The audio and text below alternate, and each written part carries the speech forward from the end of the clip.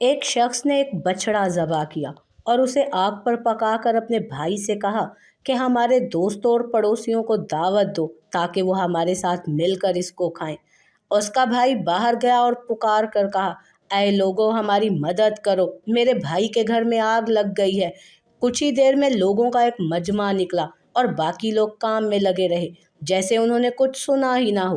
وہ لوگ جو آگ بجھانے میں مدد کرنے کو آئے تھے انہوں نے سیر ہو کر کھایا پیا تو وہ شخص اپنے بھائی کی طرف تعجب سے دیکھ کر کہنے لگا، یہ جو لوگ آئے تھے میں تو انہیں نہیں پہچانتا اور نہ ہی میں نے ان کو پہلے کبھی دیکھا ہے، پھر ہمارے دوست احباب کہاں ہیں؟